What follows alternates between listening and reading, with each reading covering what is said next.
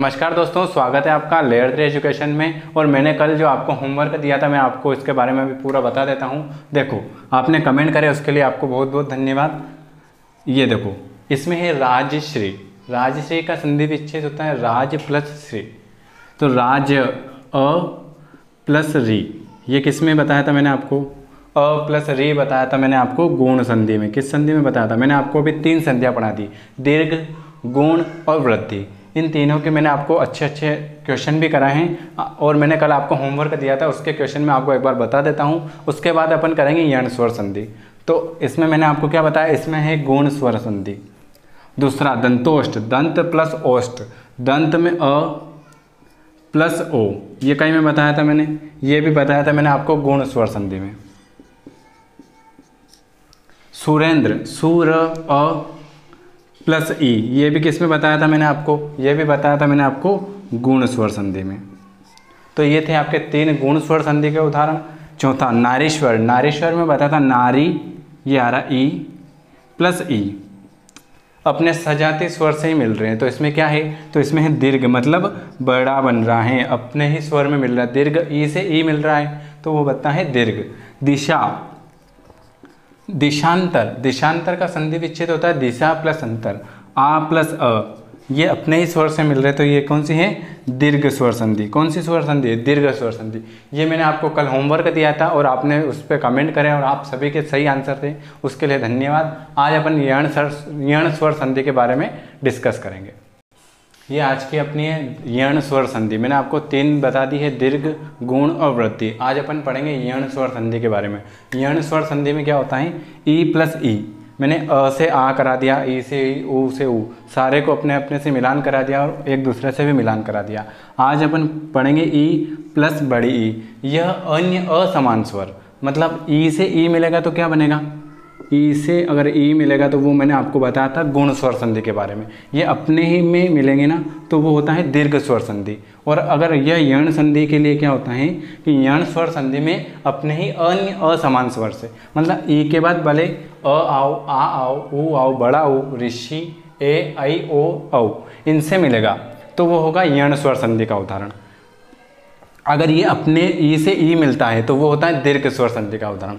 तो यह ई अ से मिलो या ई आ से मिलो, देखो मैं बता दूं, ई और ई, ये अ से मिलेगा या आ से मिले या ऊ से या बड़ा ऊ से या ऋषि से, इनमें से किसी भी अन्य असमान स्वर से मिलेगा तो वो हमेशा क्या बनेगा? य। क्या बनेगा? य बनेगा। और इसकी जो मात्रा रहेगी, अन्य असमान स्वर की जो मात्रा रहेगी वो य के यहाँ आ जाएगी। जैसे ये य है, ये य बना है और इसकी जो मात्रा है, जैसे आ है तो अपन को य है तो ये स्वर रहित र हो जाएगा, आ की मात्रा है तो यहाँ आ जाएगा आ, ऊ की मात्रा है तो ऊ, छोटे की मात्रा है तो बड़ा, फिर ऋषि, फिर ए, और इसकी मात्रा यहाँ पे लग जाएगी। तो मतलब ई अपने अन्य असमान स्वरों से मिलता है तो वह य में परिवर्तित हो जाएगा। कहीं में परिवर्तित हो जाएगा? य में परिवर्तित हो जाएगा। और जो भी मात्रा है वो यहाँ पे आ जाएगी। अगर यहाँ पे य और इसको हलंतर स्वर रहित र होता है, ये हट जाएगा और यहाँ पे इसकी मात्रा आ जाएगी अ, और आ की मात्रा तो आपका या बन जाएगा, बड़ी की मात्रा तो आपका यू बन जाएगा। तो मतलब आपकी मात्रा यहाँ पे लग जाएगी। इसके अलावा ऊ, जो ऊ देखो, ऊ और ऊ मैंने आपको बताया था, वो बताया था दीर्घ स्वर संधि में। ऊ से आपका अ जुड़ो, आ जुड़ो, देखो ऊ से और बड़ा ऊ से, इन असमान स्वरों में से कोई भी आएगा तो वह कहीं में परिवर्तित हो जाएगा, वह परिवर्तित हो जाएगा व में। और उसके बाद इसकी जो भी मात्रा है वो यहाँ पे लग जाएगी। उसके बाद ऋषि, ऋषि में क्या होगा? ये ऋषि को छोड़ के सारे अन्य असमान स्वर आने चाहिए। ऋषि से अ मिलेगा तो वो होगा दीर्घ स्वर संधि में, मतलब ऋषि को छोड़ के सारे इसमें आएंगे तो वो क्या बनेगा? अर। तो ई प्लस ई को छोड़, अगर ई और ई मिले तो वो होता है दीर्घ स्वर संधि में, ऊ से ऊ मिले तो वो भी दीर्घ स्वर संधि में, है ना। और इसमें ई और ई को छोड़ के कौन से भी स्वर आ जाए तो वो होता है ई प्लस ई के बाद य बनेगा, ऊ और ऊ का व बनेगा, री का बनेगा अर। इसके बाद मैं आपको इसके उदाहरण और बता देता हूँ। ये मैंने आपके यण स्वर संधि के उदाहरण लिखे। देखो मैंने क्या बताया था, ई प्लस ई के बाद अन्य असमान स्वर आएगा तो वो क्या बनेगा, ब। तो देखो अत्यधिक में अति धन अधिक, अति में क्या आ रहा है, ई प्लस अ मतलब ई को छोड़ के अन्य असमान स्वर आ रहा है तो वो क्या बन रहा है, यण स्वर संधि में ई प्लस ई के बाद क्या बनेगा, य। तो ये यहाँ य बना हुआ देखो, अत्यधिक तो अत्य, ई प्लस अ जुड़ के ये बना हुआ है य। उसके बाद यदि धन अपि, इसका होता है यद्यपि, यदि ई प्लस अ तो ये बनता है यद्यपि। इति धन आदि, इति में क्या है, ई प्लस अ, ई प्लस आ तो इत्यादि। ई और ई के बाद अन्य असमान स्वर है, आ से लगा के ओ तक तो वो बनेगा य। अति ई प्लस आ तो वो बना है अत्याचार, ये बन गया। ई प्लस आ के बाद क्या बनेगा, वो बनेगा य, तो ये यहाँ बना हुआ है य। ऊपरी धन उक्त, ऊपरी ई प्लस उ तो ये क्या बना, य। उपयुक्त ये बना य। अति धन उत्तम वो बनता है अत्युत्तम, अति ई प्लस उ तो वो बना य, उपयुक्त। प्रति धन उपकार, प्रति ई प्लस उ तो वो क्या बना है, य। मतलब ई के बाद कोई भी अन्य असमान स्वर आए तो वो बनेगा हमेशा य में परिवर्तित हो जाएगा। नि धन उन, नि ई प्लस बड़ा उ तो यहाँ क्या बना, ये बड़ी की मात्रा लग गई, ये न। तो देखो मैंने आपको क्या बताया था, ई प्लस ओ के बाद अन्य असमान स्वर आए और उसके बाद जो भी मात्रा है वो लगेगी। देखो इसमें अत्याचार में ई प्लस आ तो ये बना अत्याचार, ये आ की मात्रा लग गई, य के बाद ये आ की मात्रा लग गई। तो ई और ओ के बाद कोई भी अन्य असमान स्वर आएगा तो वो य में परिवर्तित हो जाएगा और उसके बाद जो भी मात्रा रहेगी उसकी इसके यहाँ पे लग जाएगी। तो ये इसके उदाहरण थे। इसके बाद मैं आपको इसके आगे के उदाहरण बताऊंगा। मैंने आपको ई और ई से जो अन्य असमान स्वर मिलते हैं उसके बाद बनता है य। अब मैंने आपको इसके उदाहरण बताए, ऊ और ऊ से जो अन्य असमान स्वर मिलेंगे तो उसका क्या बनेगा, उसका बनेगा व। तो देख लीजिए यहाँ पे उदाहरण है, स्वच्छ, स्वच्छ का संधि विच्छेद होता है सु प्लस अच्छ, सु उ प्लस अ। अगर ऊ प्लस अगर बड़ा ऊ बनता तो वो बनता है दीर्घ स्वर संधि में, कहीं में बनता है दीर्घ स्वर संधि में। अब यहाँ पे अन्य असमान स्वर मिला, मतलब ऊ के बाद अ से लगाकर ओ तक, ऊ और बड़ा ऊ इन दोनों को जो छोड़कर अ से लगाकर बड़ा ओ तक कोई भी अन्य असमान स्वर मिले तो वो क्या बनेगा, वो बनेगा व में परिवर्तित हो जाएगा। तो सुधन अच्छ तो ये हुआ स्वच्छ, ये व में परिवर्तित हो गया। अनुधन अय अन्वय, तो अनुधन अय, अनु ऊ प्लस अ तो ओ प्लस अ मिला तो ये कहीं में परिवर्तित होगा, ये परिवर्तित हो गया व में, तो ये बना अन्वय। अगला है सुधन आगत, स्वागत, तो सु में उ प्लस आ तो ये है स्वागत। तो व और उसकी जो भी मात्रा थी, देखो मैंने आपको बताया था उ प्लस उ के बाद बनेगा व और उसकी जो भी मात्रा है वो यहाँ पे लग जाएगी। तो ये यहाँ पे स्वागत में आ की मात्रा थी तो ये यहाँ पे आ की मात्रा, ये आ की मात्रा ये यहाँ पे लग गई आ की मात्रा। मध्यावलय, मध्यावलय का संधि विच्छेद होता है मधुधन आलय, मधुधन आलय, मधु उ प्लस आ, उ प्लस आ मिला तो ये बना वा, व की जो आ की जो मात्रा थी वो व के आ की मात्रा में कन्वर्ट हो गई। उसके बाद अगला है अनिवति, अनुधन इति, अनु उ प्लस ई तो ये हो गया व में परिवर्तित, कहीं में परिवर्तित हो गया व में।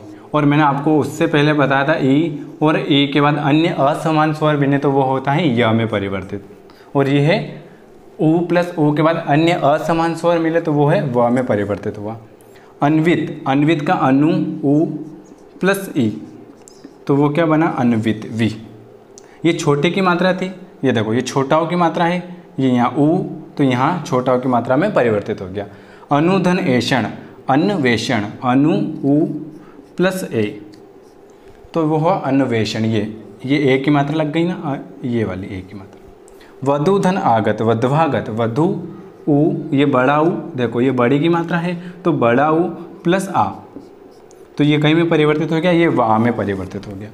तो ये है गुण स्वर यण स्वर संधि में अगर ई और बड़ी ई अन्य असमान स्वर से मिलते हैं तो वो य में परिवर्तित हो जाते हैं। ऊ और बड़ा ऊ अन्य असमान स्वर से मिलते हैं तो व में परिवर्तित हो जाते हैं और इसकी मात्रा जो होती है वो व में परिवर्तित हो जाती है। इसके बाद मैं आपको री का भी एक बार उदाहरण बता देता हूँ। अपन ने ए ई ऊ अब पढ़ेंगे अपन री का। री का कहीं भी परिवर्तित होता है र में। री प्लस अन्य असमान स्वर मिलेंगे तो वो होगा र में परिवर्तित। कैसे होगा देखो, पितृधन अनुमति तो वो बनेगा पित्रोन।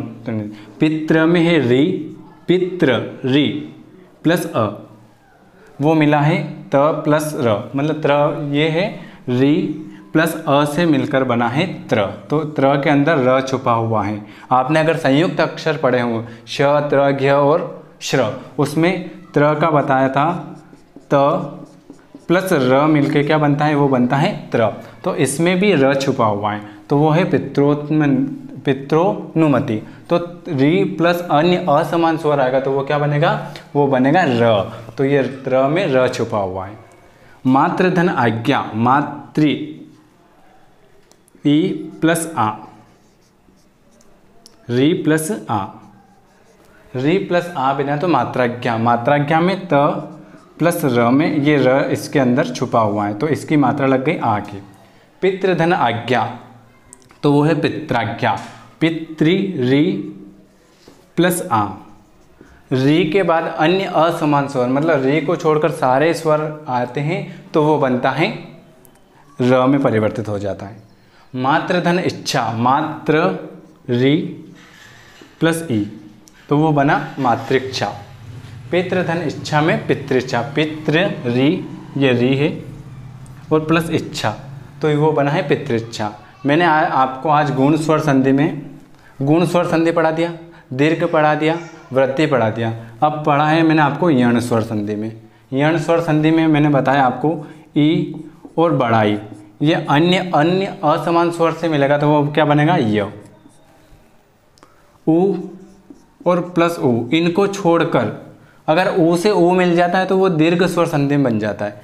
ऊ और बड़ा ऊ को छोड़कर अन्य असमान स्वर से मिलेगा तो वो क्या बनेगा, वो बनेगा व। और री के बाद अन्य असमान स्वर आते हैं तो वो बनेगा र, य व र। अगर ये याद नहीं रहे तो एक यण स्वर संधि में है कि कोई भी य व और र के आगे अगर आधा अक्षर आ जाए तो वहाँ पे यण स्वर संधि होती है। वो 99% सही होता है, 100% सही नहीं होता है। कोई उदाहरण में अगर य व और र इनके आगे आधे अक्षर आ जाए तो वो होता है यण स्वर संधि का उदाहरण। आज मैंने आपको यण स्वर संधि पढ़ा दी। कल अपन पढ़ेंगे इसकी आखिरी अयादी स्वर संधि। इसके बाद अपन सारे इसके मिक्स क्वेश्चन करेंगे। आपका आज का वीडियो आपको कैसा लगा कमेंट करके ज़रूर बताएं। वीडियो देखने के लिए आप सभी का बहुत बहुत धन्यवाद।